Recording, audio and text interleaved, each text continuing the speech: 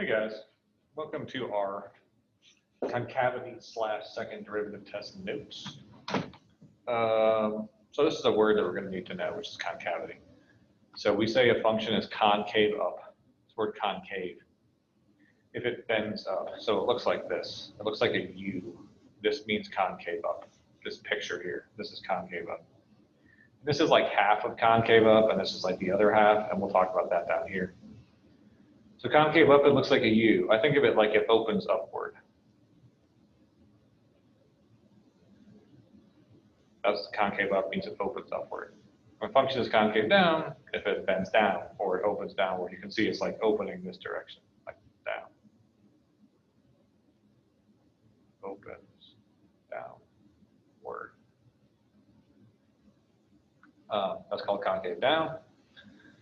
And like the two halves of concave down look like this and like this. When I say two halves, what I really mean is this. I mean like this part of this function is concave up and it's increasing. Like as I move from left to right, the function gets bigger. And this one is the concave up when it's decreasing. As I move to left to right, it gets smaller, it goes down. So can a function be described as both concave down and increasing? Well, sure. This whole thing is concave down. And this like first half is the increasing part. So it looks like this.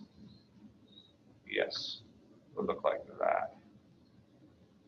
This is concave down because it's like half of that downward U and it's increasing. So we got these four little pieces here that describe all the possible ways it could look. So I don't know, let's imagine that this is the top, or that, well, let's imagine it's the top. This is like, there's going to have to be some level of estimation here because there's not any like exact, it doesn't exactly say where it changes, but concave up means opens upward, and it's like right here. This is opening upward, this part of the graph. And this part of the graph is opening upward too, but this part of the graph goes down, opens downward. So like, where does it switch from upward to downward? That's maybe not so obvious, but if I'm tracing this thing, it's like, this is clearly concave up, and like somewhere in here, it switches to like concave down. Maybe I'll say it switches right there at x4. And then it's concave down, and then it starts to be concave up again. So it's like, maybe I can say, the way this is marked, I would guess it switches at x4 and x6. So it's concave up right here, and then this piece is concave down, and this piece is concave up. So I'd say it's up from, say, negative infinity to x4.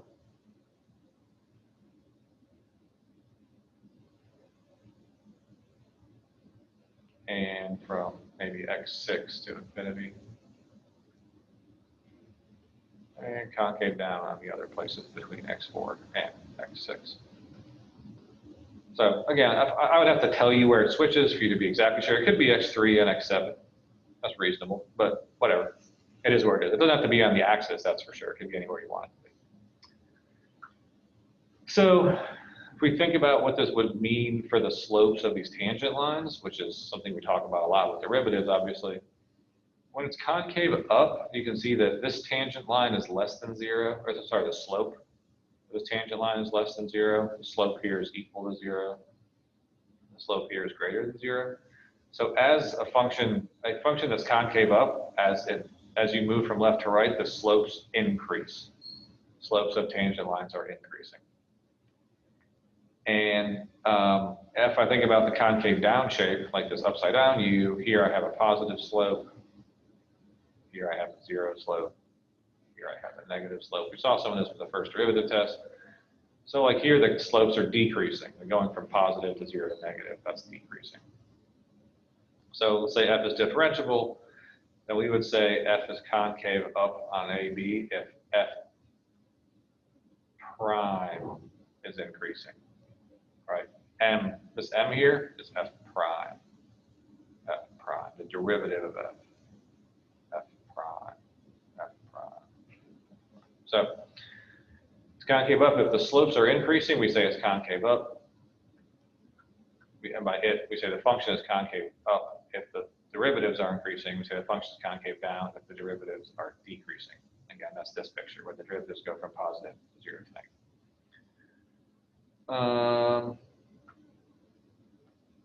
We'll talk about this, then I'll break it real quick, and we'll do these next couple examples, and that will be done.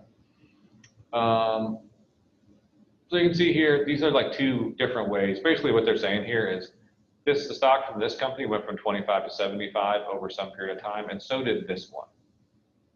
The stock prices both started at 25 and went to 75, but they got there in different ways. And the question is, given this graph, which one seems like a better investment? The answer is company B seems better because its value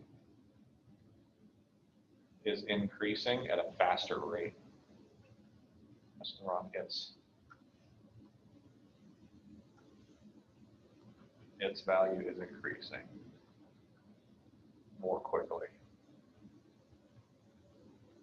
than the value of company A. And that, than the value of company A. And this increasing more quickly is another way of saying that the second derivative is greater than 0. So this one's concave down and this one's concave up. And what that tells you in terms of like something in reality is like that some rate is increasing at a faster, the rate of increase is faster here than it is there. It's like the increasing more quickly. How fast is it increasing? And that's what the second derivative tells you. So we'll come back to this in just a minute.